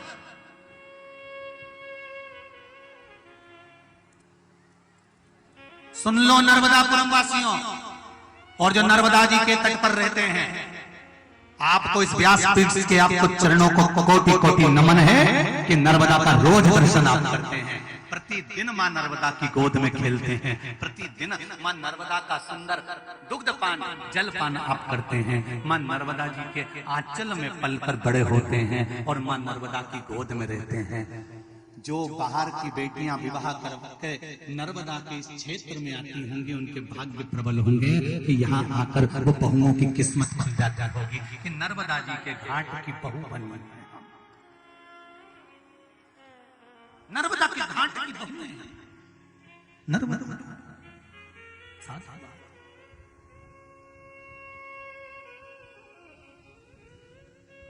जितने नर्मदापुरम वाले हैं, नर्मदा के घाट पर रहने वाले हो ना, तुम अपनी नजर उतरवा लिया करो हर आए,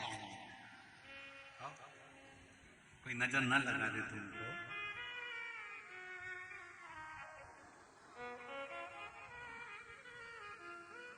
कोई कितनी भी अकड़ दिखाए ना, कहीं का व्यक्ति बोले कि हम यहाँ वाले, हम वहां वाले, तुम भी अकड़ करके देना हम महादेव वाले, हम नर्मदा वाले, तो उसमें कोई डरने वाली बात नहीं है। माई नर्मदे, हाँ माई कृपा करने, चली नर्मदा भाई भाई।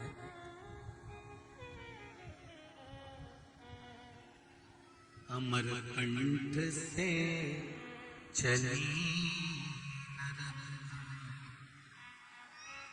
अमर कंठ से चली, वो तो घाट घाट पूजाई हो, माई नर्मदा कहाई हो, वो तो घाटन घाट पूजाई हो, माई नर्मदा कहाई हो, माई नर्मदा का निर्मल पानी हो, माई नर्मदा। ऐसी मां नर्मदा बहती हुई चली। शिव जी ने कह दिया गंगा की 100 डुबकी, नर्मदा जी की 1 डुबकी जीवन का कल्याण कर देगी, जीवन का कल्याण। सारे संत दौड़ दौड़ के नर्मदा जी में नहाने चले, सब दौड़े और नर्मदा जी की ओर बढ़े। जैसे संत नर्मदा जी की ओर बढ़े, नर्मदा जी हाथ जोड़ के खड़ी हो गई। संतों क्या कर रहे हो, मुझ में स्नान कर रहे हो, तुम्हें मालूम नहीं मैं कुंवारी हूं, और अगर कुंवारी नदी में स्नान किया जाता है या कुंवारी कन्या के साथ कोई पुरुष रहता है तो उसको भोग का पाप लग जाता है, मालूम नहीं। तुम अपने वस्त्र उतार कर संतों नर्मदा के जल में अगर कूदोगे तो तुम्हारी कुंवारी कन्या के भोग का पाप लग जाएगा। इसलिए मुझ में पांव मत रखना रे संत, तुम उत्तर मत जाना मेरे जल में। संत रुको, ठहरो, साधु रुको, ठहरो। संत रुक गए, सारे संत इकट्ठे होकर सीधे महादेव जी के पास पहुंचे। हर हर। शिव जी ने पूछा क्या बात है, क्यों चिल्ला रहे हो, क्या हो क्या गया? आप ही ने तो कहा था गंगा की 100 डुबकी और नर्मदा की 1 डुबकी। हम नर्मदा जी नहाने के लिए गए तो नर्मदा जी तो हाथ जोड़ के खड़ी हो गई कि मैं कुंवारी हूं। नर्मदा जी हाथ जोड़कर खड़ी हो गई कि मैं कुंवारी हूं। अगर नर्मदा जी कुंवारी रहेगी तो उसमें कोई संत, कोई पुरुष कैसे नहाएगा? कोई जेंट्स पुरुष उस नर्मदा के जल में कैसे जाएगा? अगर नर्मदा जी कुंवारी रहती है तो कोई पुरुष उसमें स्नान नहीं कर सकता, क्योंकि नर्मदा कहती है कि मैं श्राप दे दूंगा, क्योंकि मैं कुंवारी हूं, उसमें वस्त्र उतार कर अगर स्नान करोगे तो भोग का पाप लगेगा। फिर कोई कैसे जाए? संतों ने देवदेव महादेव से प्रार्थना करी। शंकर भगवान को नेत्र बंद करके बैठ गए थे, नेत्र खोलने को तैयार नहीं थे। जो नहाने के लिए नर्मदा जी के घाट पर जाए, नर्मदा जी उसके हाथ जोड़ ले, भैया नाना मैं कुंवारी हूँ, तू पुरुष है, मैं तुझे श्राप दे दूंगी, तुझे एक कन्या के भोग का पाप लग जाएगा, अगर तू नहीं आता तो निकल यहाँ से। साहब को नर्मदा जी ने भगा दिया। ढेर लगे शंकर जी के दरवाजे पर, ढेर कदरी हो गए।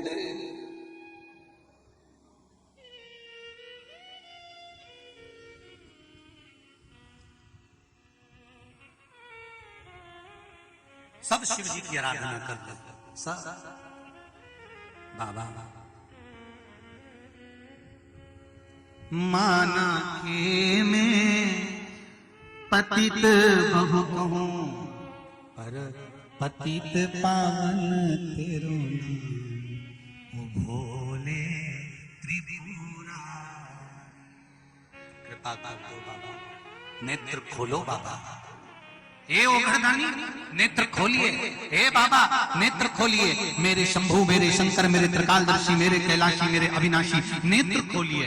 बार बार पुकारा गया, बार बार कहा गया, तब मेरे ओघड़दानी ने नेत्र खोले। क्या बात है संतों, इतने संख्या में तुम लोग आयो, इतने साधु इतने संत इतने तपस्वी इतने साधक इतने उपासक क्यों आयो? हम सब नर्मदा नहाने गए थे। तो नर्मदा जी कहती है मैं कुंवारी हूँ, कुंवारी के अंदर अगर स्नान करोगे तो कुंवारी कन्या के भोग का पाप लग जाएगा। आप बताओ क्या करें? शिव जी ने कहा नर्मदा ब्रह्मा जी के कमंडल से आई है, तो ब्रह्मा जी ने ऐसे नहीं भेज दी होगी। ब्रह्मा जी ने जिसको भी भेजा है उसका भाग्य लिखकर भेजा है। उनसे पूछो कि नर्मदा में हम स्नान कैसे करें, नर्मदा का भाग्य क्या है। तब ब्रह्मदेव के पास में गए, ब्रह्मा जी ने कहा क्या बातें सुनतो। संत कहते हैं नर्मदा कुंवारी है, ब्रह्मा जी कहते हैं जिस समय मैंने शंकर जी के कहने पर नर्मदा को पृथ्वी पर भेजा था और नर्मदा मेरे कमंडल से निकलकर जब सरिता नारवत्य बनकर चली थी, तब राजा पुरुपुष्प ने उसके लिए तप किया था। उस समय पर मैंने नर्मदा जी का मंगल विवाह राजा पुरुपुष्प के साथ कर दिया था। नर्मदा अब मां बन चुकी है। अब कभी भी नर्मदा के गोद में कोई संत कोई साधु कोई सन्यासी कोई पुरुष जाकर स्नान कर सकता है। नर्मदा मां कहलाएगी, इसलिए नर्मदे माई जम के तो बोलो, माई नर्मदे हर कहते हैं, ये माई कहलाती है, ये मैया कहलाती है, ये मां कहलाती है।